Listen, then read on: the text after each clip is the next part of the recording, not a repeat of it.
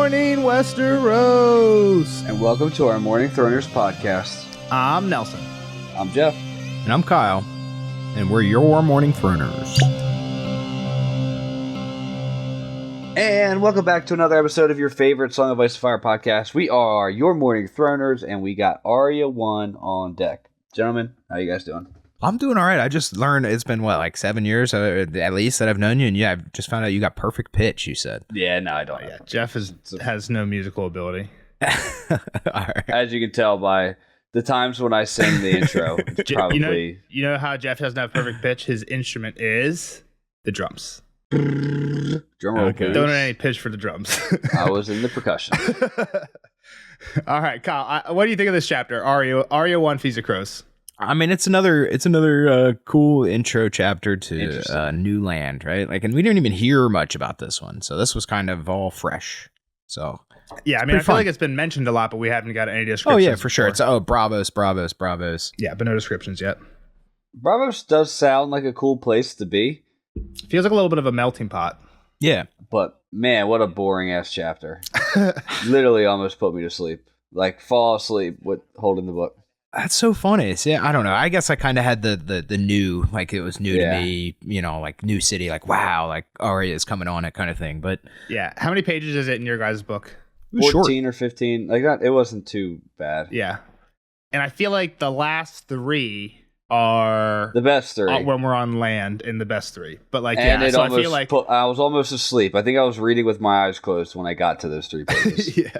So I mean, it is a lot of I was on the boat. I was on the boat. I don't talk to anybody. I was on the boat. I agree with both of you. I think the first half's a lot of recap because again, it's the first Arya chapter, so she kind of thinks about her entire story up to this point, and then the next of it is a lot of description of Bravos. But if you've already read and kind of know the description of Bravos, then it's kind of unless you're like me and you're trying to read into all these gods and what the different statues are and stuff. And I sent you guys the map. I feel like this is a really cool map of the city too, because you can actually kind of trace their path that they follow in. So I'll probably be flashing the map up at several points throughout the episode because we'll be talking about different things, but you guys might just want to have it to pop. I'm looking at around the map and I almost asked, well, where did they come in? But then the Titan of Bravos is pretty prominent. Exactly.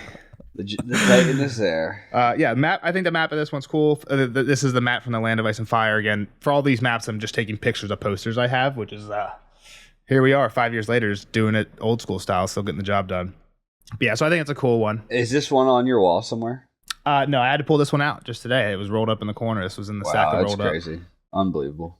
This one might replace, I don't know. The only other city map we have is King's Landing. And I feel like we're going to have more King's Landing action than Bravos going forward. There's way more people over there, All right, so we're on the Titan's Daughter, and they're talking about people's homes, which brings Arya the thought of her home. She's with the Bravosi people that she met at the Salt Pans. So, yeah, she sees a light in the distance. She's like, oh, look at that star. And Denyo calls it the Star of Home. That's how they get on this topic. We find out later it's not the star. It's the eyes of the Titan, which is kind of cool. Which is pretty dope. Is this like an always burning fire type of thing? There's some things I think that don't make sense about the Titan. It seems like it would be a lot of resources to maintain and be armed full time. Also, how do you even fucking make it? Sounds like there's a ton of ships in here in Bravos. She's more than somebody could count, and they blow this massive horn every time. What if you're trying to sleep and a ship shows up? Just burn, burn. It's probably just something you can sleep through.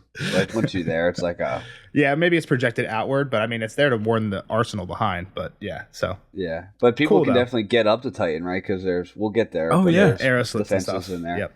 Yeah, they're in there. Yep. And she was like, "Oh, let me think of home. Nope, there is no home. I didn't actually want to go there. I wanted to go to the wall to see my brother John." Yep. My only remaining sibling. Yeah. Yeah, because Sansa's probably dead. So I think some of this is interesting because we don't know how this works, right? Last we saw Arya, she gave this guy a coin and said Valor Margulis, which is what Jaqen said to do.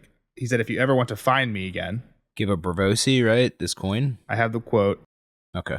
After he changes his face, who are you? How did you do that? Was it hard? He grinned, revealing a shiny gold tooth. No harder than taking a new name if you know the way. Oh, I must have missed a line here. Of course. Where he gives her the coin. But yeah, he gives her the coin. She's like, what good is this? Can I buy a horse with it? He's like, it's not meant for the buying of horses. What good is it? Ask what good is life? What good is death? If the day comes when you would find me again, give this coin to any man from Bravos and say these words to him. Valor Margulis.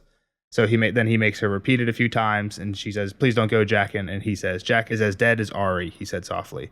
"And I have promises to keep, Valor Morgulis." Arya say it again, yeah. So it makes her say it a few times, and then he's off.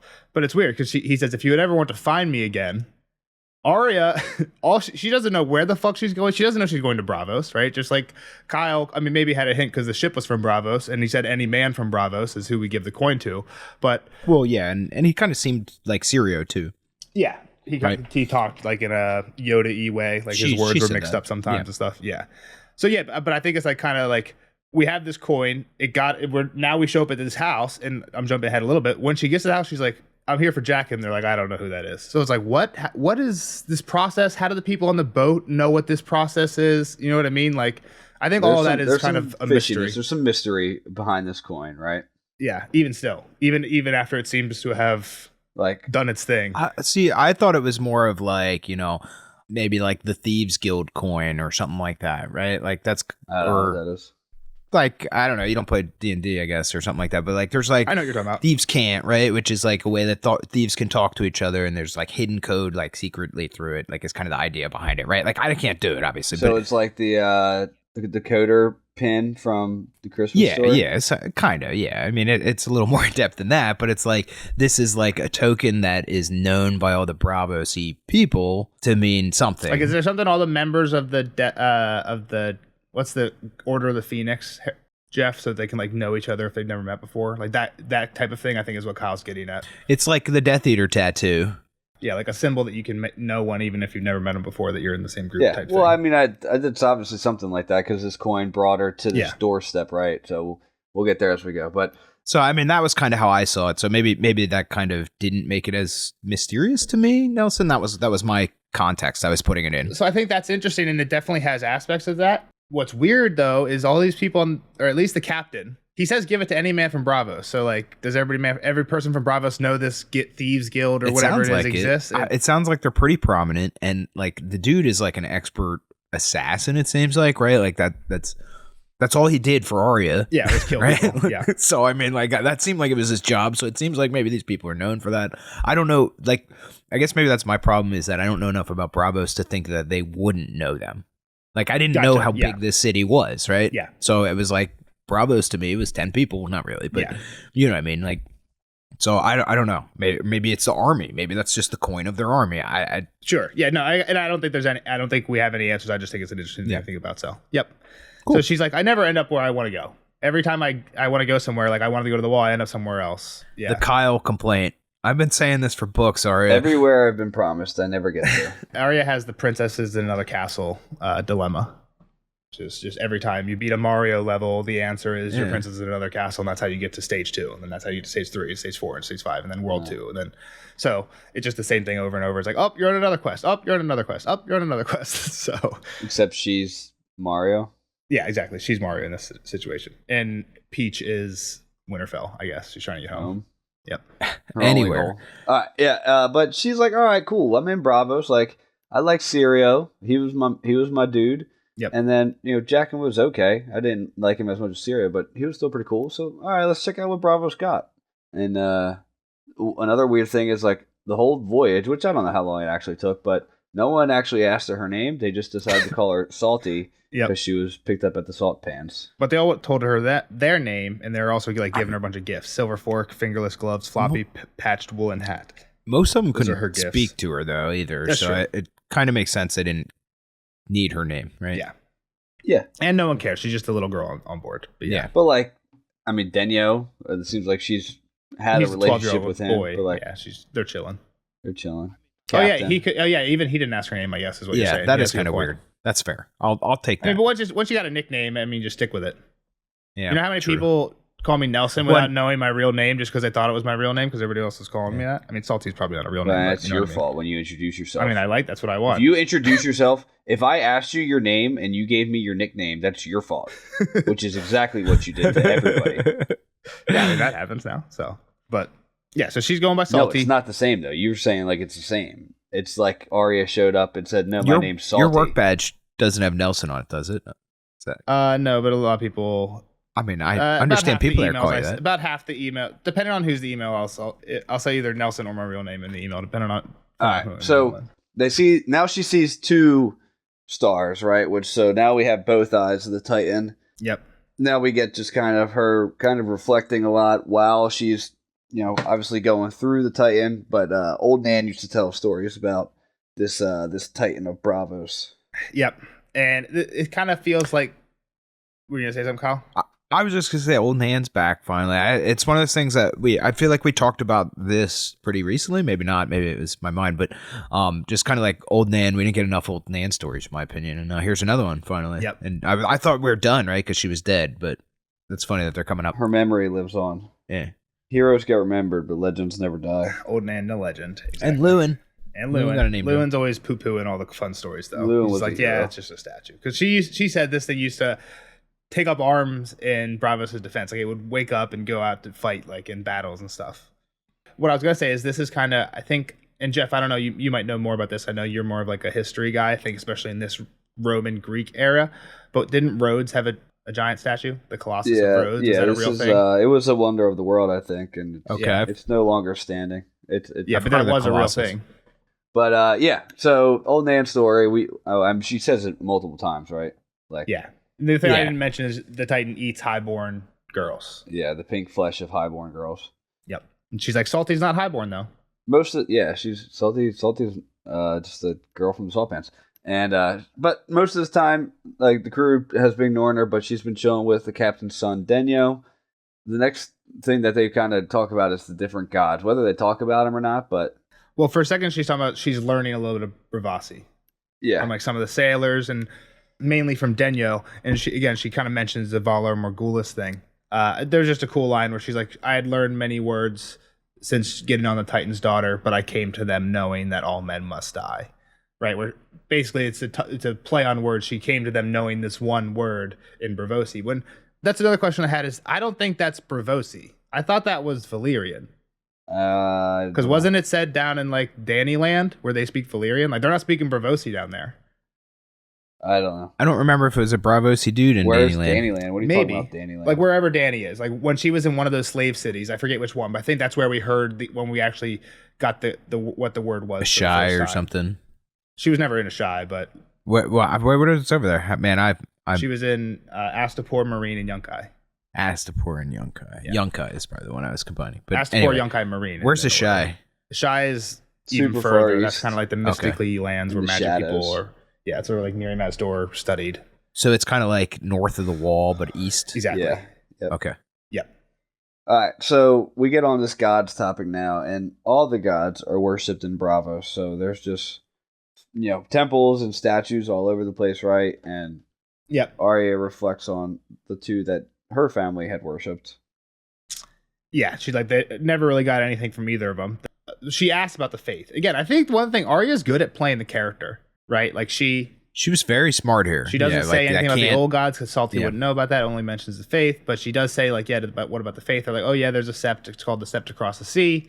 She's like, I don't like the faith though. They let my mom die. She thinks about the old gods. She doesn't specifically say it, but she's like, yeah, screw them too.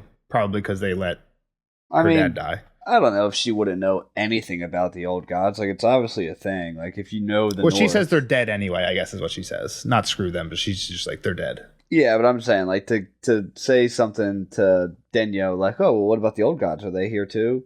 Like, is there, like, I don't think Southern kids don't know about weirwood trees and the old gods because they're in the South. Yeah, you would know about them. It's like, we know about Hinduism, but I don't. I mean, you don't know enough about it, and you probably wouldn't ask where the building was to worship it, right? Yeah. Well, I don't know. I know about I'm not a Buddha statue, right? Like, just saying. True. Yeah. I don't know. I mean, I guess she doesn't want to point a finger at herself, right? Like that's any mention of things that they also don't have the internet, Jeff. I just don't think it would be very suspicious if she was like, oh, what about the old gods? Like, it's not like, oh, Northern girl, you're in hiding. I mean, I don't think a 10-year-old or whatever is supposed to really care about the older gods because, I mean, I don't know where she was at. It's not a point that we need to linger on. I just think it's an interesting contrast to Sansa because haven't we seen Sansa like kind of blow her cover like a time or two now? Yeah, I forget exactly what she did. Forget what. She was just like, she had Winterfell to a full scale. Like, I know we also she said made that, Winterfell. Like, how do people know what Winterfell looked like? But like that's kind of that was a big red flag. I think that's a worse red flag than like talking about something that people Oh, okay. know about. Yeah. I would agree with The that other too. interesting thing about Sansa that people point out here is, and I don't know what it means, and I think it's fine to bring up, is Littlefinger had mentioned what his sigil, what his family sigil was before he changed it to a mockingbird. Remember? Anybody remember? His family was from Bravos, is a hint. It was the Titan, right? Or like was the Titans. Yeah. Yep. So Sansa right now is disguised as Littlefinger's daughter, and Arya is riding on a ship called the Titan's daughter. So I don't know if that's like people point that out. Daughter, wife. It's not a That wife. makes sense to point out. I mean, I feel like she's I don't about know to what be it his means, wife, but- Nelson. Understandable, but that people point out that Sansa is in disguise as the Titan's daughter, kind of, and Arya is now on. Yeah, a it is ship. funny, or not a funny, but it's a probably a parallel that Intentional was, for some reason. Yeah. I don't know what it is. intentional parallel, just to connect them. how do they get on the topic of the many-faced god now? Is that just another? Is he just kind of rattling off who's here? The Moonsingers had led us to the place of refuge where the dragons of Valyria could not find us, Denyo said. Theirs is the greatest temple. We esteem the Father of Waters as well, but his house is built anew. The rest of the guys dwell in the isle in the center of the city. That is where you'll find the many-faced god. That kind of implies where she's headed, right? Yeah. Exactly. Yep. Yeah. He's like, that's where you're going. But she still doesn't realize it, though, right? Yeah, I don't think maybe she not has quite. a clue, right? She's just like, I got this coin. It's taking me somewhere. The other interesting quote in there before that was she said long ago she remembered her father saying that when the cold winds blow, the lone wolf dies and the pack survives. He had it all backwards. Arya, the lone wolf, still lived, but the wolves of the pack had been taken and slain and skinned. Again, it's interesting because we know that there's definitely wrong. more alive than... Well, I think it's too even a metaphor that like as long as there's one of us, right, there's still a chance for the pack type of thing. Maybe, but I just don't think the metaphor works because they all split up. Like the only two of the pack that were Yeah, they together didn't stay were Robb together. and Cat. I mean, and I guess those are the two that did like die, but like I mean, Ned. just because the pack is they all is split up pretty much. not separated right now doesn't mean they're not still the pack. I guess that's a good point too. But that seems to be like her point here is that I'm the one that Well, went I off think on my I own. think I'm her the one point did is that better. everyone's dead. She thinks everybody's dead. Yeah, I'm the last one. Yeah. I She don't know. thinks she's literally the last one. Not that they went separate, that they're on different paths, but Yeah. that she's the last actual wolf. But that my point was like, okay, like sure, right now you are, but like she could start a new pack, keep it going. Yep. Find a Well, that's what she's been trying to do the Find whole a- time with find a Gendry mate. and Hot Pie, and she's always just like, fuck these guys, everybody leaves. Yeah. But yeah. or just like just bring non-related people into and make a Yeah. pack Brotherhood. or actually start in a couple years, how long this Yeah, thing's make a going to family. go. Yeah. Start a family. There you go. New So- Starks. They get on the many-faced god, and she's like, I don't know who that is, but I think she's thinking this to herself. But if he answers my prayers, he might be the god for me, pretty much. And then she thinks to herself, Sir Gregor, Dunson, Wrath the Sweetling, Sir Ilyn, Sir List. Meryn, Queen Cersei. So it's like, it's kind of implying that her prayers are like, I want to kill people. Yeah, killing this which dude. is pretty yeah. dark prayers for like again, she's a 10-year-old girl. I mean, this has been her main goal for quite some time, though. I'm used to it by now. I guess what I'm saying, Phyllis. And you're right. Maybe 2 books ago, I was a little weirded out by it, Yeah. but like this has been her driving She's a force. stone cold killer now too. Yeah. Yeah. Just leaving people to die. And she's like, yeah, my list is getting shorter. Yeah. Only 6 people left. Some people have gotten killed. I killed some, and I left the Hound for dead. Yep. So, yep. All right. So we're under the Titan now. Titan. She was like, "Oh, it's not that big." Like She does think she should have given the hound the gift of mercy though and stabbed him. She She's does think thinking about that. back. She thinks back. She thinks I wouldn't have killed the boy in the end if he wouldn't have grabbed me, and I should have given the hound mercy. I don't know. You read anything into that? It makes her seem a little less cold blooded, I guess. I'm kind of surprised though that the mountain isn't even on her list. Right? Yeah, Sir Gregor. Oh, I meant the Hound. The Hound isn't. The Hound.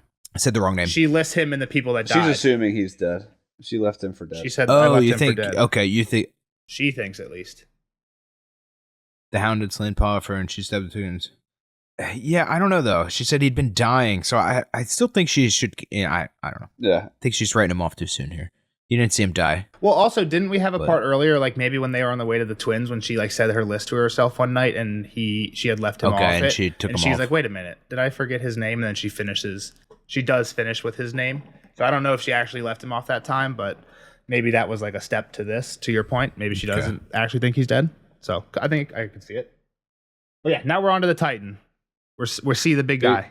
Yeah, when they were a little bit further away, she was like, "Oh, that Titan's not that big." She compares it to, I think, the Sept of Baylor statue, or King Baylor statue, which is where she was hiding when Ned died. Yeah, and then when she's actually there, it's like, "Oh my God, this thing is bigger. humongous." And we kind of said it was.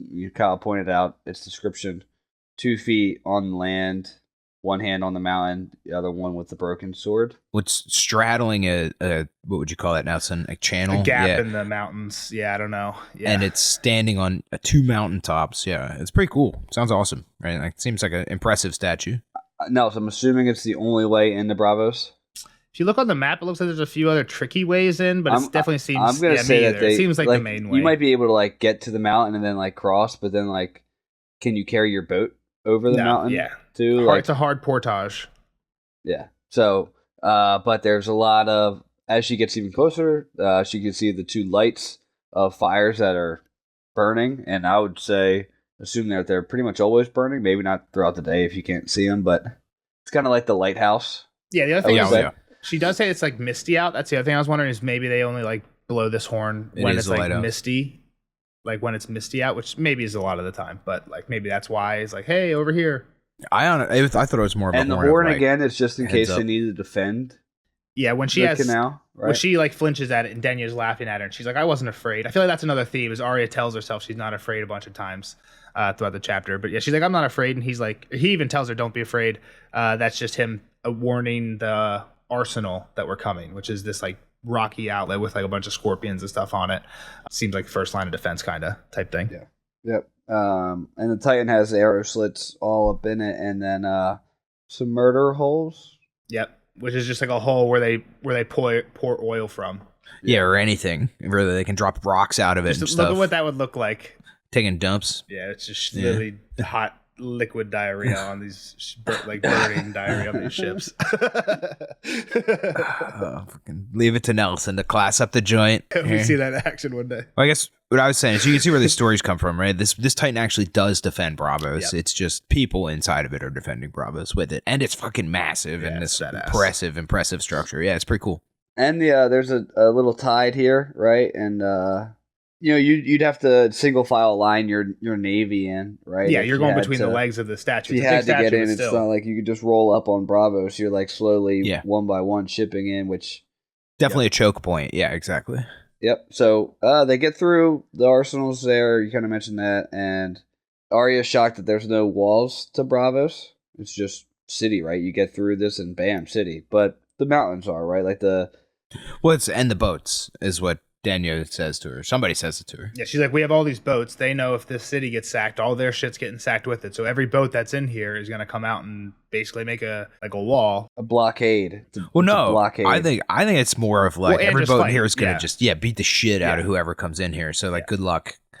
Yeah, for sure. And you could probably just blockade the Titan's opening too if you wanted to. Just like stack ship up after ship. Kind of like they did with the chain with Tyrion. Well, they would eventually stack up there when they're sinking them there, right? Yeah, if the murder holes and stuff are working, then so lots. And the other thing, Arya keeps mentioning lots of ships. Like I've said it a few times, but just like ships everywhere, harbor there, port over here, harbor there. They're definitely a seafaring people. Yeah. And all right, Captain shows up. Guess what, Arya? Time for you to get the hell off the Titan's daughter. We're dropping you off. She's like, but I like it here. I could stay here for a while. And nope.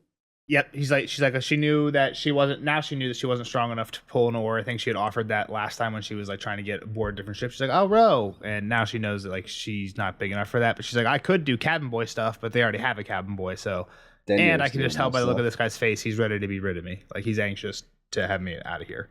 So she's like, okay, gathered up her stuff, which wasn't much, some coins, or the clothes she already had on, the gifts that she had gotten. Needle and a dagger. Well, we got a new name, or new word, right? Valar Dohaeris. Oh, is it the first time we heard Dohaeris? I think so.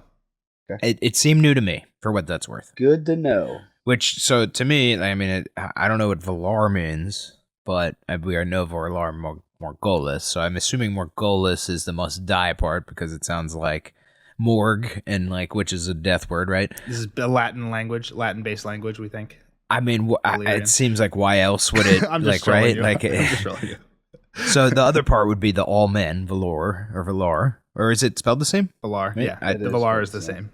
They say it together at the end. But anyway, so that to me is like everyone, all men. So maybe it's like all men must live or something. The opposite. I don't know what else it would be. So I don't want you to answer that. Don't worry. That's how I'm kind of currently reading it, because it's like they use it as a kind of like a goodbye. greeting.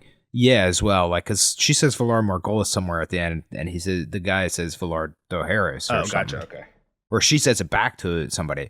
So all men must die. All men must live is the only other part of that. But that doesn't make sense. I don't like that. I still don't like it. That's a 30% guess. That should be Viveris, Valar Viveris. Yeah, something like that. If you're right, but if it's Latin based. All right, so Yorko is the older son, and he's waiting on a smaller ship. I don't know if you thought anything of this too, Kyle, but when they both say the father and then the son both say Valar Dohaeris to her, but then they also say and remember my name is, or do you remember my name is, here this guy says, and remember Terrasin Tane. Yeah, and what he done you, and then the son is like, hey, do you remember my name? And she's like, yeah, you're Yanko or whatever his name is. Ternesio Terres. How did you skipped over all these names? Tennesio Terrace. This is the first time we actually got it. Before he was referred to as the captain of the Titan's daughter up until here, and when he's like, yeah, this is my name.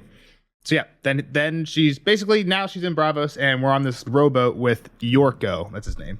Yep, Yorko Terrace, one of the elder sons. All right, how much do we want to talk about? They take a trip through a bunch of canals, right? And there's some cool ass buildings that she sees in the distance, and ends up, sailing by them as well. Yeah, I'll let Kyle read this quote. A harbor was visible off to her right, a tangle of piers and quays crowded with big-bellied whalers out of Ibn, swan ships from the Summer Isles, and more galleys than a girl could count. Another harbor, more distant, was off to her left, beyond a sinking point of land where the tops of half-drowned buildings thrust themselves above the water. Arya had never seen so many big buildings all together in one place. King's Landing had the Red Keep and the Great Sept of Baelor and the Dragon Pit, but Bravos seemed to boast a score of temples and towers and palaces that were as large or even larger. I will be a mouse again, she thought glumly, the way I was in Harrenhal before I ran away. The city had seemed like one big island from where the Titan stood, but as Yorko rowed them closer, she saw that it was many small islands close together, linked by arched stone bridges that spanned innumerable canals. Beyond the harbor, she glimpsed streets of gray stone houses, built so close they leaned one upon the other. To Arya's eyes, they were queer-looking, 4 and 5 stories tall and very skinny, with sharp, peaked tile roofs like pointed hats. She saw no thatch and only a few timbered houses of the sort she knew in Westeros. They have no trees, she realized. Bravos is all stone, a gray city and a green sea. Yep. So, yeah, just that's kind of like an overall description of Bravos. This city remind you guys anything in real life? It kind of reminds me of, Singapore. Venice, right? And I only know that from the third Pirates of the Caribbean when they're just going through canals. And, I don't even know if that's what Singapore actually looks like. Haven't you been to Venice? I thought you were going to say Venice. Kyle did say Venice. I have not That's been what to I Venice, said. no. You've been to Rome, right? I have been to Rome. You went to Rome and not Venice? You went the whole way over there and didn't swing by Venice? I didn't choose where I went. Oh, yeah, you were on a school on trip or something. A school trip, yeah. Gotcha. Okay. You mean you didn't have a lot of freedom to pick destinations? Hey, guys, don't worry. I'll see you in a couple days. Going to a different Venice. country. I'll be back, yeah. Most people think this was based off Venice, but George actually posted on his blog 2 days ago about a trip that he recently took to Amsterdam. And he was saying that he actually based it more off Amsterdam than Venice. I've never been to either place, so I don't know, but I guess Amsterdam also has a lot of canals. Yes, it does, for sure, because they also have a lot of bikes, and I think every year they always pull tons of bikes out of the canals. Oh, gotcha. I was going to say bikes and canals don't seem to go together. I think people ride them along the canals aren't their only, they have streets and sidewalks and stuff. Yeah. Yep. And I think either people throw them in or they fall in, whatever. Anyway. All right, so she rode through the main canal. They passed the Moon Singer's temple. Well, before they get there, she notices something in the distance. She's like, what's that big road over there on these giant arches? And he's like, oh, that's the Sweetwater River. What is this? It's on the map. It sounds like a aqueduct to me. It's a giant aqueduct. That's sick. That's crazy. So it's this giant aqueduct that they have that brings the water, because they're all on these islands out in this marshy bay area, over this thing and into the city. That's how they get all their fresh water. It's super badass. Where is it coming from? Just from the mainland. Yeah, the mountains or something. So cool, sweet big aqueduct, and then we go through some of these temples and gods, and one we haven't heard of, one we know fairly well. At least I've spent some time with. Yeah, so the Temple of the Moon Singers, that's the biggest one. You said that. Then the next one is the Red Gods. Is that what you're alluding to? Sorry, I was catching up my notes. Yes, that's what I was alluding to. Yep. I think the Moon Singers one is super cool.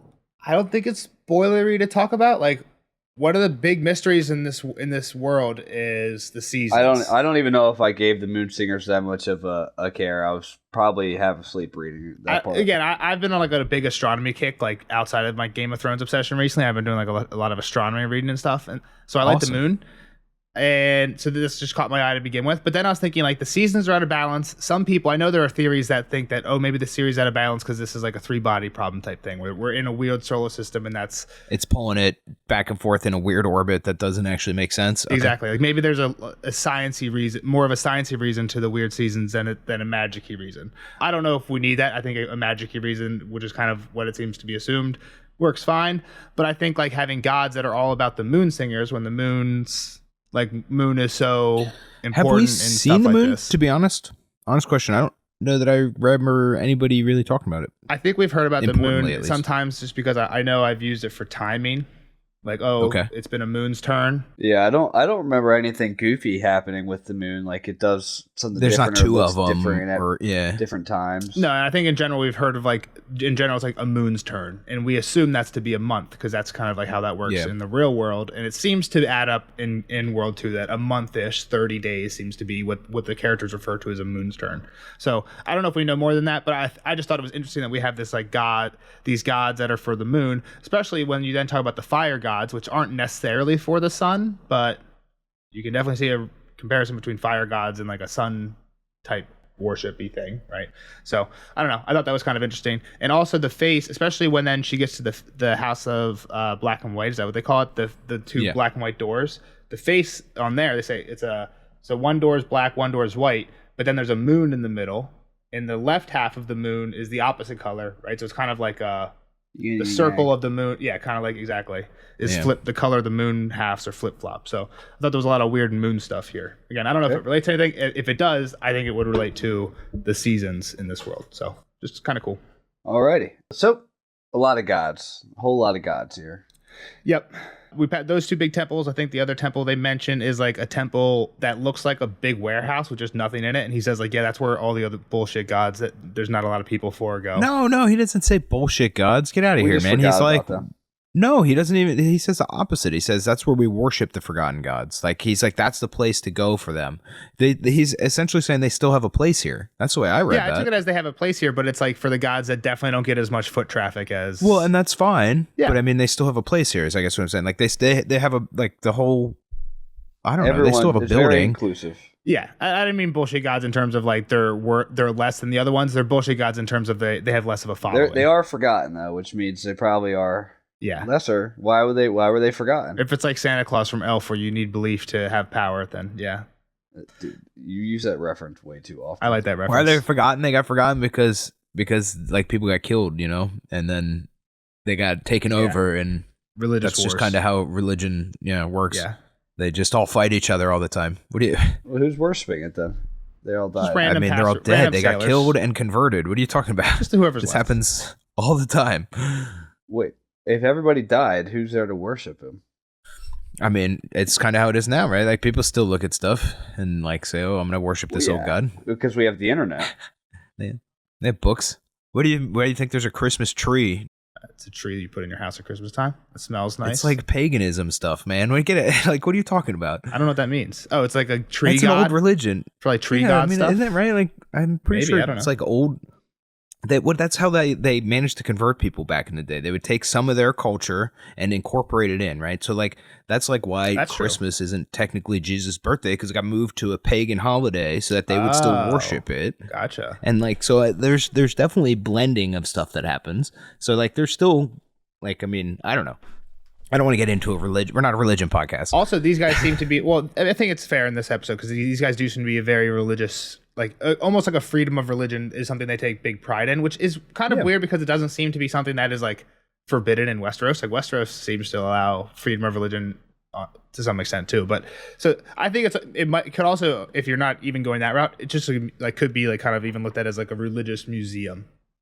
right? Where we're like, hey, we're looking at all these old things. It's and honoring it seems them like in that way. It seems like is it Old Town? I'm an Old idiot. Town is where the maesters are. Yeah, it seems like the Old Town of religion, right? Like the Old Town seemed like education, not education, but like knowledge, books and scholarly stuff. Yeah, whereas this is the religious kind of Mecca. Yeah, Mecca, I guess, being a holy place. But that's kind of how I see it. At least it's a conglomeration of them all. So they dropped her off. Yeah, we roll up to our destination. Rocky knoll with a windowless temple of dark gray stone at its top. A flight of stone steps led from its doors down to a covered dock. The dock was shadowed, the steps steep. The temple's black tile roof came to a sharp peak like the houses along the canals. He's like, yeah, see you later. Good knowing ya. And she's like, she's kind of nervous. Again, she never says she's nervous, but she bites her lip, right? That's kind of like her. For sure, yeah. It's almost like her Dunk's tell, like when Dunk's ears get red or whatever. Do you want my nervous twitches? I don't know if it's really nervous. It's just a habit of mine. So you flicking the remote back and forth? I do. I'm a twitcher, but I like to chew. I like to chew on my hoodie strings. Okay. Not that I'm like nervous, but like if I was taking a test, I'd always be chewing on those things. Where we at? Yorko rows off, says, "Do you know my name?" She says, "You're Yorko," and he's like, "Follow to Harris. Peace. I'm out." Deuces. So she walks up to the door. We mentioned what the door looks like. Big white on one side with a black moon, and then the other side to match is black with a white moon. We've seen a door like this before. I don't know if it had a moon on it, but it was definitely half weirwood, half ebony. Was that the Undying? House of the Undying. The other weird house that we've... Why is this a weird house? Why are you just saying this is a weird house? Well, it was just interesting that when I went to put this in my notes... I put in like house of, and the only other house of we have is House of the Undying. Yeah, but why did you classify it as weird? I mean, what Arya sees inside is weirder than most places. Not as weird as what Danny sees for sure, but weirder than most places, I would say. Okay. All right. So I mean, we can get Kyle's thoughts on it. I mean, it seems like a weird place. She felt like the door was watching her. That's a little weird. I mean, and everybody's in here like crying and stuff. It kind of seems like a hospital or a hospice kind of situation, but it's still. I will get there. I'm not saying it's deeper into it. I'm just giving us some shit for assuming that we would think it's weird or that Kyle would think it's weird. It's weird. So she's like, "Hey, how do I get in here? It's not opening. Yep. The door. There's no handle. Knock, knock, knock." Banging on it. Jaqen told me to come. Pulls out the coin and says Valar Morghulis, and then the doors open with no hand to move them. Secret passageway. So I think this is another fun like little thing. Like, what opened the door? Would they have just like opened it after a minute anyway? Was it the coin? Was it Valar Morghulis? Was it the combination of both? Was it just one of them? If I had to bet, it was the words. That would be mine, and it's on a magical. It's the clapper, basically. I mean, I don't know if you can go magical. There's got to be somebody with a rope upstairs or something. I don't know. Nah, it's lame. I would hope it was. I don't know, because I was a little disappointed that it was this easy. The dude's face dissolves in a little bit. I'm saying that they can open the door. That's true. Yeah, that's fair. Yeah, there's clearly something going on here. I was gonna say I like to tend away from magical whenever possible, but yeah, you're right. There's can't deny that. So yeah, so statues all over. Closes. She's kind of blind for a second because it's really dark. She does notice candles around, but they don't really give off much light. They're like reddish, like they're literally like redstone torches in Minecraft compared to a normal torch, like kind of, but not enough. Not even worth putting up. Exactly. Yeah, it's like that's literally what I picture is just redstone torches all over it in here. I play too much Minecraft. Like, who the fuck made all these? Yeah. Yeah, so she's like, there's a little bit of light, but she can't even really see it on her feet. And then her eyes slowly get adjusted. There's people. She can hear whispering, some crying, some footsteps off in the distance. And then, yeah, her eyes kind of adjust enough to see that there's these giant statues all around. And the ones that she can make out, the nearest was a marble woman 12 feet tall. Real tears were trickling from her eyes to fill the bowl she cradled in her arms. Beyond her was a man with a lion's head seated on a throne carved of ebony. On the other side of the doors, a huge horse of bronze and iron reared up on two great legs. Farther on, she could make out a great stone face, a pale infant with a sword, a shaggy black goat the size of an aurochs, a hooded man leaning on a staff. The rest were only looming shapes to her, half seen through the gloom. So, yep, lots of gods. We don't really recognize many of these. One, I think Kyle could get, maybe two. The rest, even Jeff would need kind of to read the world books to kind of know who some of these gods from far off lands are and kind of place them to their places. The two that we might be able to get are, I think, the shaggy black goat the size of an aurochs. We know that Vargo Hoat was called the black goat because he was the black goat of Qohor. That's the god of Qohor, and Varga was from Qohor, so they called him the black goat. And wasn't there a horse, one of them?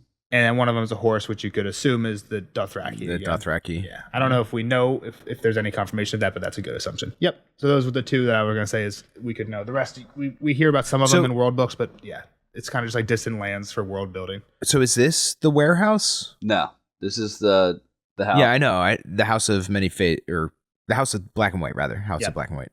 Yep. But it seems kind of like the warehouse almost to me. Similar right? Where premise. it's like these, Yes. yeah, these strange foreign gods everywhere. Yep. Again, I just think it's a spot for any all-inclusive. So I think you might have asked me as well, Nelson, but I didn't really say what is this place or what I think of this place. But yeah, we didn't get to that yet. I was kind of holding her out for this point. Yeah, now's a good time. I did say it was kind of like, it seemed like a hospice center almost, like a place for people to die in peace. I don't know. It's really strange to me. You said hospital. I don't know. It's where you go. Hospice is like end of life care. Gotcha. Yeah, it's end of life care. It's like peaceful. They just give you like morphine and stuff. Yeah, exactly. It's no longer. Yeah, exactly. It's no longer drugs to correct what's going on with you. It's just exactly make you comfortable, peaceful passing. Gotcha. Yeah, I mean, there was definitely some death talk here, right? I mean, there's some old cats laying in some beds on the wall. We get there, and then she meets the guy at the fountain, which we'll get there soon. So as she's walking through, she sees some women whispering, and she mentions that the smells felt safe to her. I think that maybe even goes along with what Kyle was saying. Like, she's really on edge. She even noted, like, we didn't mention it, but she draws her sword out when she doesn't even realize it. Which is kind of weird, right? Like, to just go into this fucking building and walk around with your weapon out, though? Dark room with a weird door opening up. I'm probably opening that shit up. Yeah, for sure. I would have the dagger in the other hand, for sure. I'd be dual wielding. You're not dual wielding, though. You can't even walk with your 2 feet. You're gonna go dual wield with a sword and dagger. It's supposed to be a place of like worship, though, as far as she knows. Sure. So she was really on edge, and then like the smells kind of calm her. So I think she even says like she felt a little braver after because it smells snow and pine needles and hot stew. Good smells. She felt a little braver. And I think that's interesting, right? It's definitely interesting. Because I think it's... Can I say what I think it is? I don't even... it's not a spoiler or anything like that. It's like smells of home, right? It's reminding her for sure. Of what she's comfortable with. I think it's intentional. Like, it's kind of like the mirror of Erised, or there's something else where, like, I think there's a potion in Harry Potter the love potion, right? It smells different to every person depending on the things that you like. Gotcha. So like Hermione's was like fresh parchment and like cinnamon or something like that. Something weird. I do remember that. Or fresh cut grass. Like that's. But yeah, people compare this to Danny drinks a drink before she goes into the house and die, and the warlocks make her drink this weird drink. And at first she says it tastes awful, and then she's like, "Oh, it tasted like sunshine," and like she kind of goes through that same type of thing. This is more of a taste thing. I just remember that because one of the things that she thinks of it along with these good tastes is Drogo's seed. She's like, "It tastes like sunshine and like good iced tea and Drogo's seed," just like all this like good stuff. Poor George.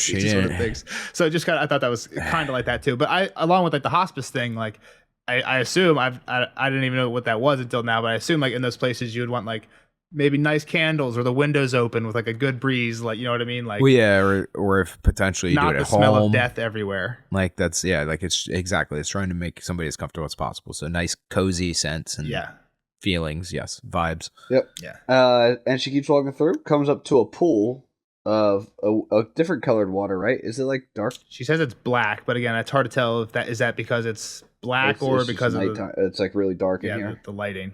She does say when the guy puts his hand in, scarlet ripples go out. Yeah, it's red. I'm guessing that's because we find out he seems to be holding a wound, right? Maybe bleeding, maybe some blood. So so old man there. I don't know if he's old man there. A young man, it says. Young man. Decided sat a young man in a silvery cloak, weeping softly. And she checks up on him. I don't have the conversation. It's so weird, man. He just puts his fingers in, and then he's sucking his fingers dry, and then she's like, "Oh, he's thirsty." Yeah, and there's cups laying around this pool, right? Yep. It's this whole interaction, whole building is very strange, and I think there's more to it than hospice care, right? Like that's kind of where that was what I was. Yeah. Because so Nelson, it was the same thing you were saying. Like I wanted to wait to get there. So this is kind of where it was like, I don't know, this doesn't seem quite like that, right? Like we've seen people change faces. we've seen it twice now, I guess, technically, by these guys. We might have seen the warlocks or somebody do it. I don't remember everything that happened in that. I think the only person we've seen change face is Jaqen. But yeah, and now we're at the many-faced gods, which if you're like, you can see a connection there. Yeah, that. And we're also at this point here where this dude later, he changes his face. So, like, is this a place where they become reborn or where the faces get donated or whatever? I don't know. This is kind of like... These are the thoughts that are running through my head. I think it's definitely supposed to be left a little open at the end. Yeah, for sure. Yeah. So Arya helps the dude out with a cup of this pool water. Ink water. Yeah, like what the fuck? He drinks it, right? Yep. I don't know what, like, the interesting thing is, like, could he not have helped himself? Like, could he not have got his own cup? Do you not see your own cup, bro? He might not be allowed to, right? Like it might be something of the order where somebody must give you something. Or did he like crawl in here and he's just like give me any drops I can get. Yeah, like licking from his fingers because he just got here. Yeah. And he turns to her and shows that he's bleeding, right? And he's like, "Oh, you were stabbed." Like that's what she notices. Yeah. He also says Valar. She says Valar Morghulis. This is where he says it to her. First. Yeah, this is where he. Young man stared at her for a long moment. When she offered it to him, Valar Morghulis, he said. Valar Dohaeris, she replied. Yeah, so this is where she replies it. Yep. She doesn't know. I mean, she doesn't know the meaning of the other phrase, does she? She might. We don't know. She's been learning. But they've been. Just saying I just put this together. I think it might mean fire wine. All men drink fire wine. All men drink fire wine. Were they drinking? They were drinking fire wine on the boat. She said fire wine was one of the words she knows. So there you go. There you go. Fire wine. And he stumbles off and goes and lays in a wall bed, right? Yeah, he goes off in one of the alcoves that she had mentioned earlier. There's alcoves between these gods. So yeah, he goes off in there and lays on a wooden bed and goes to sleep. And she sees a bunch of other sleepy old men in some of these other beds. And she remembers a Jaqen line telling her to see with her eyes. Sirio? Yeah, Sirio line. See with her eyes. And then she's like, oh yeah, these guys are not sleeping. They're dead. They're dead or dying. Dying or dead, yep. And then she has the little girl come up, tap her on the back. Yep. Grabbed her. Just a pale little girl in a hooded robe that seemed, the robe seemed too large for her. The robe was black on one side, white on the other side, like the door. She was gaunt, bony face, hollow cheeks, dark eyes. Arya tells her not to grab her. Arya refers to her as waif, which is like, I looked it up, it's like homeless child, something like that. I don't know. I thought it was a Game of Thrones word. I thought it was like homeless or unwanted person, specifically a child. That's what, yeah. Homeless, like neglected, or abandoned person, especially a child. A young person who is thin and looks unhealthy or uncared for. Yeah, that too. Yep. It's like that was the way, like it was gaunt. Gotcha. Yeah. Ghost, yes. She's a skeleton herself. And Arya's like, yeah, back the fuck up. I'm about to fuck you up. I got a needle here. Yeah. I killed the last person that did that shit. She replies in a language Arya doesn't understand, and she's like, don't you know the common tongue? And there's somebody else behind her. Now, he's like, I do. He's got a hood She looks at him, can't see his face, can only see the light of his eyes from the twinkling, from the candle reflection. She's like, where am I? Like, what is this place? And he says, this is a place of peace, the house of black and white, and that you're safe here. And he's like, you're too young to seek the many-faced God, though. And she's like, the many-faced God, is that like the God in the south with 7 faces? He's like, oh, he's got more faces beyond count, as many as there are stars in the sky. And he says that in Bravos, people worship however they want, but at the end of the road, it's always the many-faced God waiting for them. He's like, he'll be there for you one day, but there's no need to rush to his embrace. Get the hell out of here. Yep. So yeah, I think that kind of tells a little bit about maybe like what this place is about. Like the end of the road. It's the end of the road. Yeah, that's what they're about. It's kind of like you can do whatever you want in life, but this is death, right? So death takes everyone. Many faces God is death, is the way I interpret it. Like you can't, you can pick whatever you want. They're all welcome here because they all do the same thing at the end. You all come to me at the end of the day. Yep. Yeah. So, and she's like, I don't know about any of that shit. Like I'm just here for Jaqen. Yeah. Well, Jaqen doesn't exist. I don't know Jaqen. Yeah, I don't know who that is. And she's like, he's this man from Lorath, red hair, white hair. Like he gave me this coin, and gave it to me, and they both just kind of like look at her for a while and look at the coin. And then I have from here to the end as a quote. Tell me your name, child. Salty. I come from Sawpants, by the Trident. Though she could not see his face, somehow she could feel him smiling. No, he said. Tell me your name. Squab. She answered this time. Your true name, child. My mother named me Nan, but they call me Weasel. Your name. She swallowed. Ari. I'm Ari. Closer. And now the truth? Fear cuts deeper than swords, she told herself. Arya. She whispered the word the first time. The second time she threw it at him. I am Arya of House Stark. You are, he said. But the House of Black and White is no place for Arya of House Stark. Please, she said. I have no place to go. Do you fear death? She bit her lip. No. Let us see. The priest lowered his cowl. Beneath he had no face, only a yellowed skull with a few scraps of skin still clinging to the cheeks, and a white worm wriggling from one empty eye socket. Kiss me, child, he croaked in a voice as dry and husky as a death rattle. Does he think to scare me? Arya kissed him where his nose should be and plucked the grave worm from his eye to eat it, but it melted like a shadow in her hand. The yellow skull was melting too, and the kindliest old man that she had ever seen was smiling down at her. No one has ever tried to eat my worm before, he said. Are you hungry, child? Yes, she thought, but not for food. Dun, dun, dun. For death. Always interesting when we end with a quote. I thought it was a little weird that she went from being this, I will not be afraid, to like, just like, yeah, fuck, man, I'm going to fucking go all out on this dude's face right here. Yeah, like she didn't hesitate at all, right? Well, I think it's just like... go kiss a skull real quick. That's kind of the point, right? I agree, Nelson. That's kind of the point, but well, I think, at the same time... I think it's partly like, I don't know if this is what George is trying to do, but I think it's almost like anticipation is almost scarier than whatever the thing is you're anticipating, right? Like, yeah. I think there's even a whole YouTube channel about like saying yes to like doing crazy shit, because like getting nervous beforehand is like if you're gonna jump out of a helicopter, go skydiving. It's like the days leading up to, like when once you jump off the cliff, it's all pure fun. It's the days leading up to that you're afraid. And I think that's almost what this is Arya's like, what am I going to find here? What am I going to find here? And she's seen death. She's seen so many dead people. She's been at Harrenhal and seen people getting tortured. She had to eat worms. Like she actually had to eat worms. True. Yeah. I forgot she ate worms. Yeah, that's fair. So I think that's what this is she's like, yeah. She's like, oh my God, what's going to happen? And then it's like, it's something that most people would be terrified of. But she's like, really?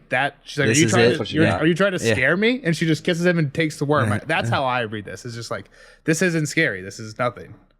I like the worm part. Now, like you said, like if you wouldn't have remembered that she was already eating worms, I would have never put that together. Way back so that makes perfect Thrones, sense. Yeah. Like when she's maybe Clash of Kings time, but yeah, that's early. Yeah. That's early. So okay, that makes sense. Yeah, I like it now for sure.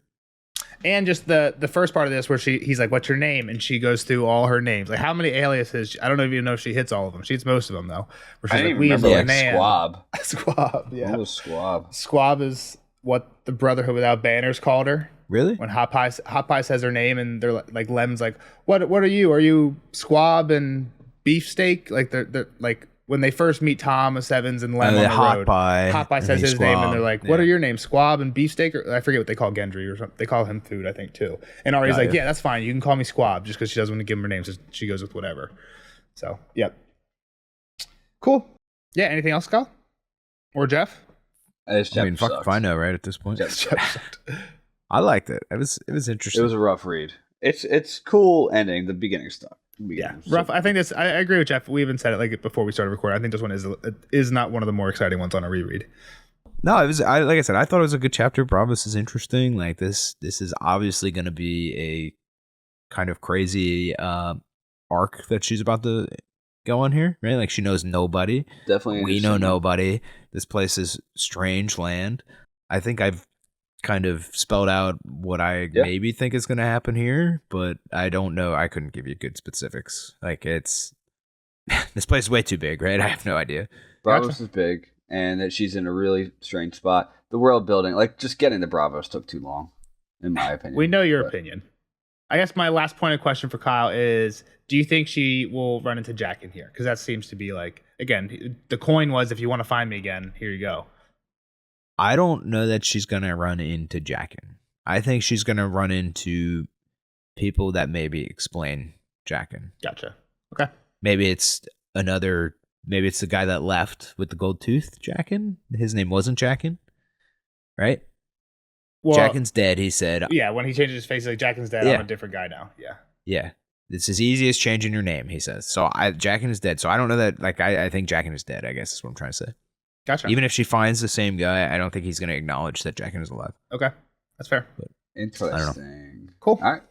Bye, Kyle. Cool. We'll see Kyle in the next one for Cersei 2. Cersei 2. Wow, I read about that. Yeah, Cersei 2. See you then, Kyle. See the rest of you guys in the spoiler section. Bye-bye. Later, nerds. Spoiler alert! Spoiler alert!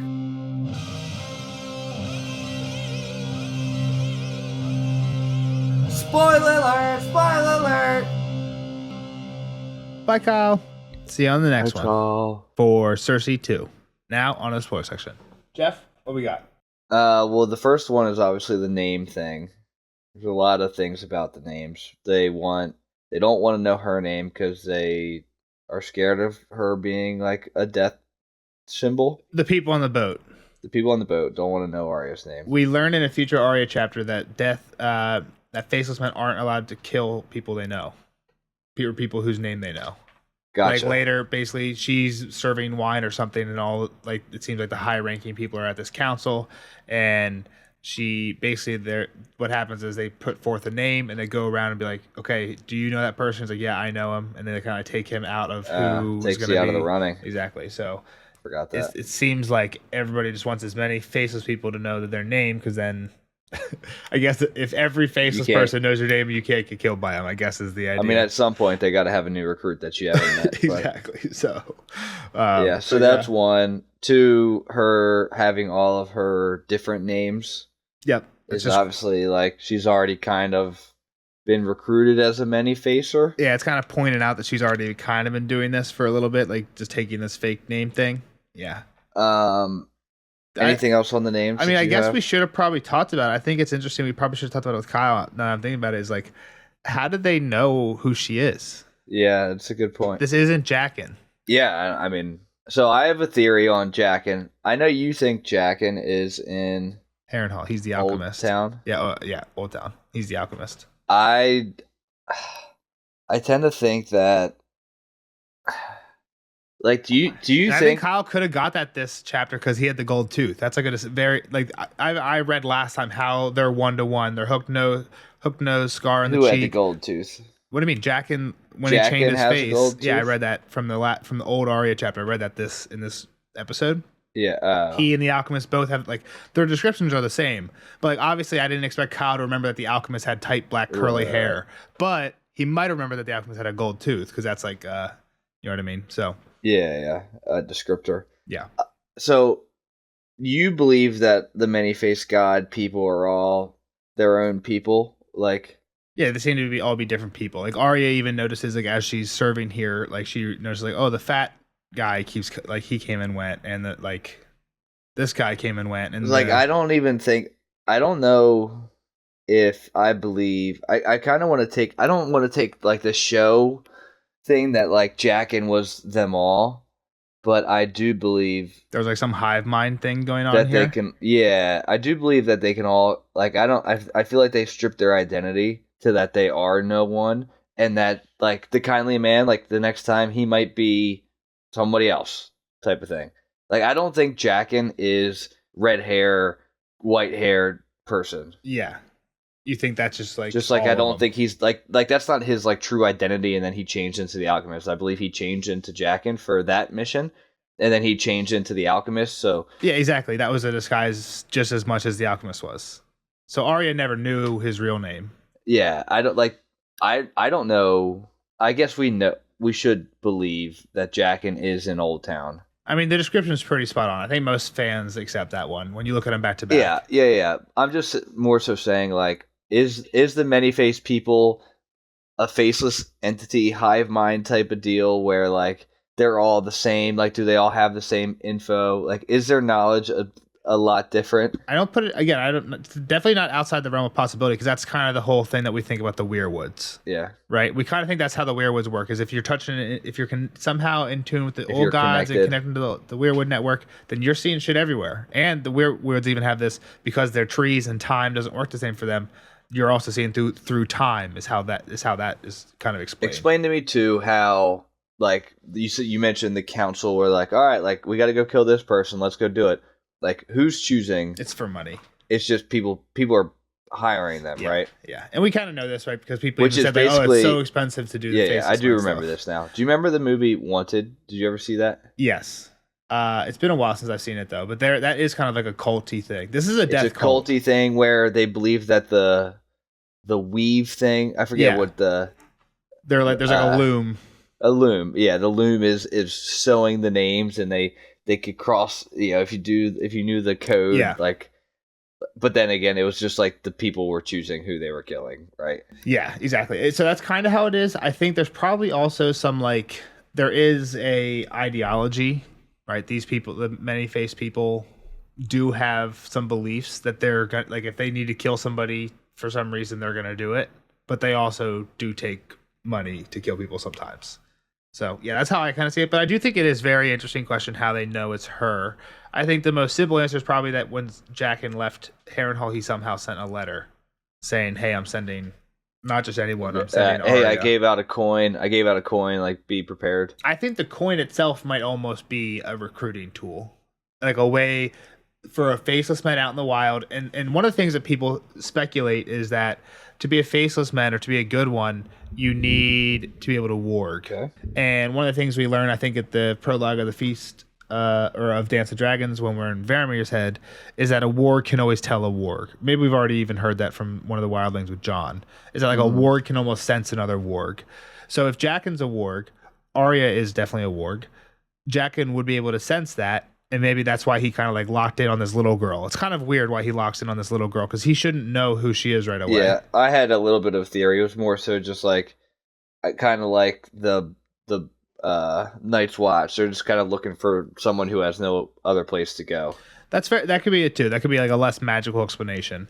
Either way, he sees something in Arya, whether it's just that she has nowhere to go. I'll say one other thing he might see in her too, before you go off on a crazy work thing, is that he sees her pretending to be a boy while knowing she's already he's already doing the disguise thing. That's fair. Yep, that's another non-magical explanation. So whatever it is, whether she has no place to go, she's good at doing the disguise thing, or if there's some magic-y thing there, he's like, okay, I'm gonna tell you to take this and say Valar Morghulis. He knows that'll end you up at the House of Black and White, and then they know at the House of Black and White if someone shows up with this coin, train them, because that's what kind of gives these guys pause when they're like, hey, why are you here? You're too young to be here. She's like, I have. Well, it's almost like the first test, right? It's like, all right, how did you get here?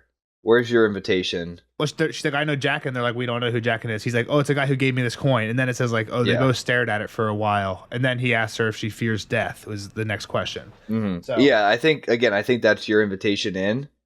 And then you got to pass the are you afraid of death thing. Yeah, exactly. I also, a reason why, I don't know if I don't believe that they don't know who Jaqen is.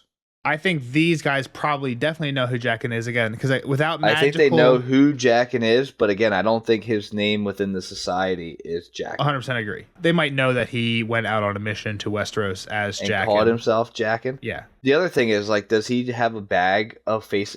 It's a magical transformation, right? They're not putting on... He explains two things. He explains that you can do the glamour, kind of like Mance does with... Yeah. Or Melisandre does with Mance. Or you can do an actual... I think Arya gets one real face. They cut her up here, and it seems like they peel back her skin and put another...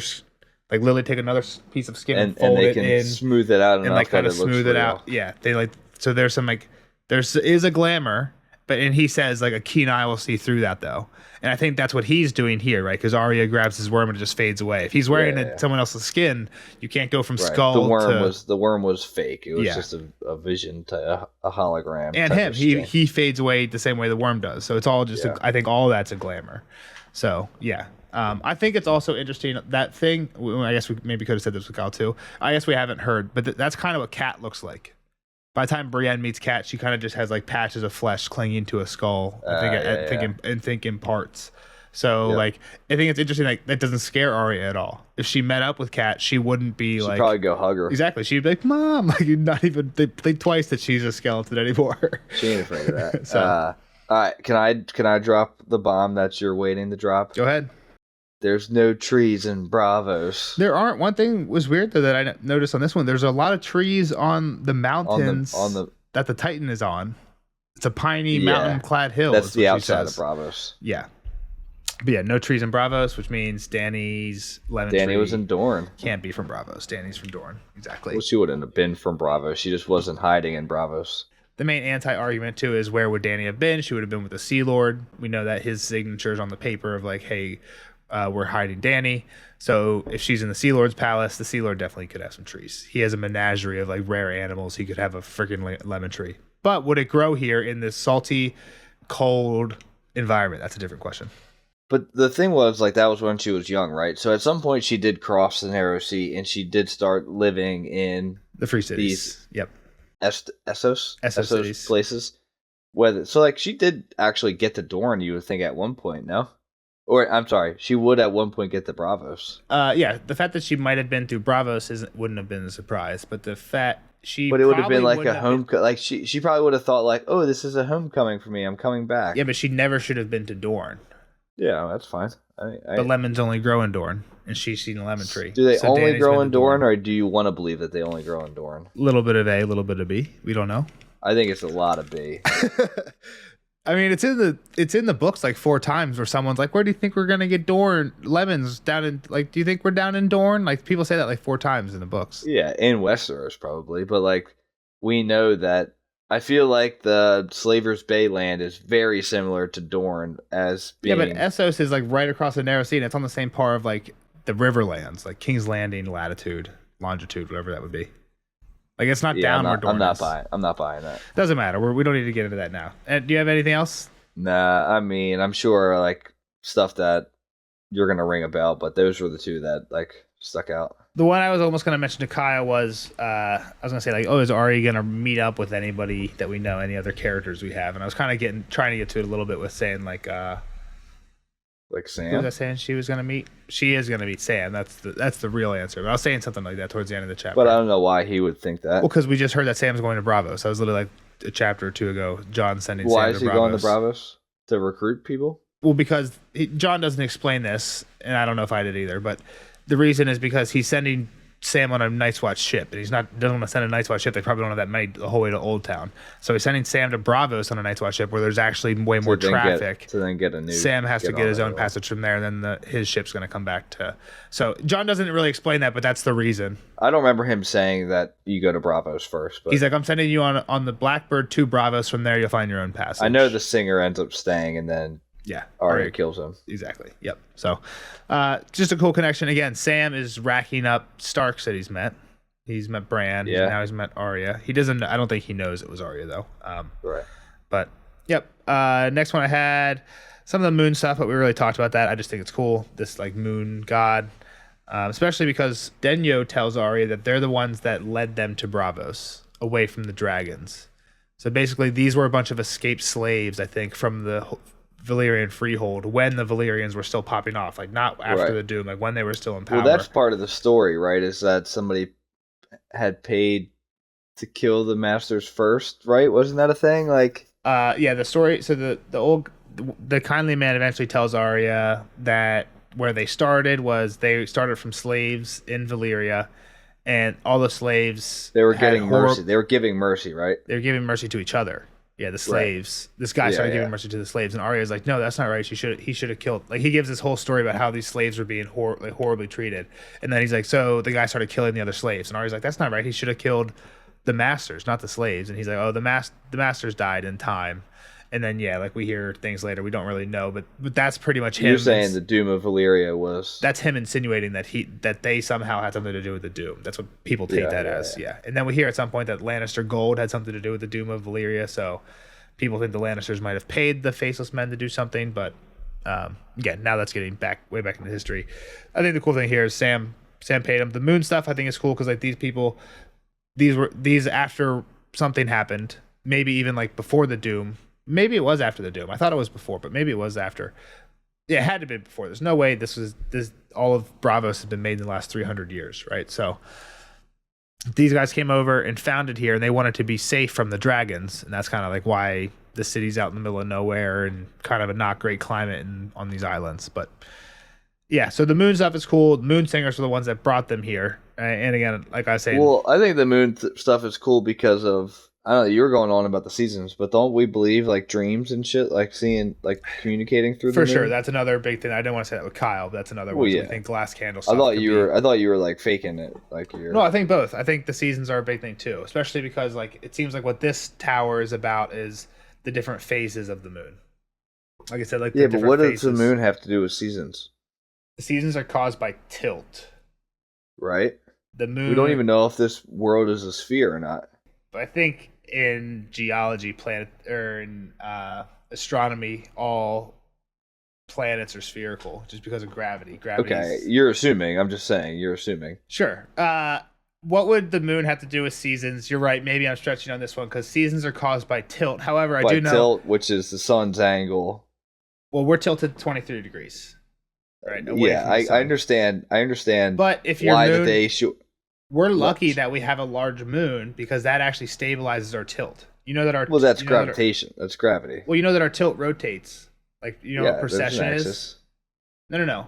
We wobble. The Earth wobbles on its axis. Yeah. So the tilt slightly changes. Like, have you ever heard that the North Star isn't always the North Star? The star changes. That's because we're not at the North Star changes over thousands of years. Right now it's Polaris, but it was different like when the Egyptians were alive because the tilt slowly wobbles. The reason it so for it to wobble the whole way back to be Polaris again will take 26,000 years. It's called precession. The reason it wobbles so slowly and it takes that long is because our moon is so big. So like on Mars is tilted too, but I think the wobble on Mars is crazy. Meaning the seasons are way more irregular. Right, the Mars is tilted more sometimes. You don't have to speak to me like again. I've taken classes. I'm speaking to the audience. I'm not. It's not just you. Yeah, but I don't know if they're really following you. But so Mars is tilted more irregular. Yeah, because the only reason you understand is my finger that I'm showing you right here. Because Mars is tilted more irregularly. Sometimes it might only be tilted at 23 degrees. Sometimes at 50. And again, I don't know the actual angles for Mars, but Earth is always about 23. Sometimes it might be 23.5. Sometimes it might be 22.5. But it's always about 23. And the tilt is what causes seasons. Mars is irregular because its moon isn't as big to stabilize it. So, again, I'm not an astronomer. I hope there is an astronomer because I've been deep into astronomy. Tell me why I'm wrong in the comments. Tell me why I'm right. But I could see how having a not big enough moon or a moon that's orbit is weird, where it's closer sometimes, further sometimes, could make it that every once in a while your seasons get really out of whack. But I don't know. I don't know if George is a big space guy. I don't think George gives a fuck about the he might moon not care. In the seasons, but so yeah, maybe it doesn't matter, maybe it does. Some of you guys might have hated that little space segment because it doesn't make sense then that the north is always colder, regardless. Like if the wobble is that crazy, then like the south Dorne would be cold at some point. Agreed. If the wobble is just super irregular, but also I think I'm probably thinking too much into this because that's kind of the premise of part of Three Body Problem. I know you haven't read that. There's a show about it on Netflix too. But that's a book series that I really like. And the whole premise is kind of like, what if there was a solar system that had two suns where every once in a while, one of the suns just fucks off and that makes it so that the planet just flies right into the other sun because of gravity, because you don't have a stable orbit. So like you could have a civilization that every once in a while the solar system just got out of whack and you're fucked, which is actually a real thing that happens in real life all the time. We're actually really lucky our solar system's stable. But moving on to the next point, off space stuff. I think it might be my last point too. I have two little ones. Arya was blind. I think it's cool when Arya first goes in. She's like, she was blind for a moment. Yeah, and she ends the book blind, and that's because she kills as Arya, right? Or kills because of Arya intention. I think it's because she kills Daron, the Night's Watch who stays. Yeah, but she killed him because of Arya, not because of a faceless man type of thing. Exactly. Do you think they're doing it as a punishment, or is it a lesson? I think it's a lesson, because I think at one point Arya says that one of the other... Well, Winds of Winter Arya chapters, so... And there's only one, and she's in character the whole time as Mercy at the play. It's like that chapter. So she's not blind? No, she's done being blind. Was the last chapter Arya we get blind Beth? I guess so. She doesn't get her vision back at all? I thought that's how her story ended, was her... Do you know what she does when she's blind? So I think it's cool here. As soon as she goes blind, she starts talking about what she hears: weeping people, leather on stone, footsteps, and then her smells, like what she smells. Yeah. So she immediately starts going to the other senses. Later, when they actually make her blind, though, she just starts warging into a cat that's nearby, and like he's like cheating. And cheating. He's cheating. Yeah. So he's like asking her questions that she is supposed to be using her other senses to figure out, and she's just warging into a cat instead.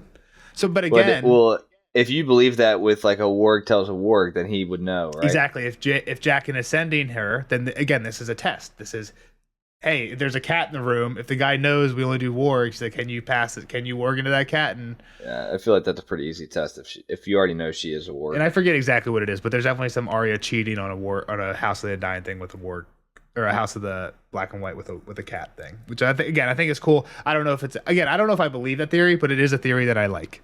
I could see being true, and it'd be like, that makes sense. Yep. So the blind thing, just cool. And then the last thing is Old God. She wonders if there's a weirwood on Bravos. Yeah. I don't know if we know the answer. I don't think we've heard of door. One. Weirwood door, and later there's weirwood chairs that she sits in the House of the Undying. We didn't actually mention it in the non-spoiler section, but I was just reading a Reddit post. It said, because somebody was going off on a rant on Reddit, basically saying like, I hate that people always talk about like that the weirwood doors at Bravos mean that Blood Raven's watching what's going on or is connected to the House of Black and White. I guess that's a theory, and this guy really doesn't like that theory. Yeah. He was saying, my take is, Arya, and he shows the quote, when she first gets to the doors, she's scared, right? She was like nervous. She had to pat needle to walk up the stairs. She's taking them two at a time, telling herself that she wasn't going to be afraid. She gets there, see these two doors, and then the moon face reminds her of a heart tree. Yeah. And she goes in.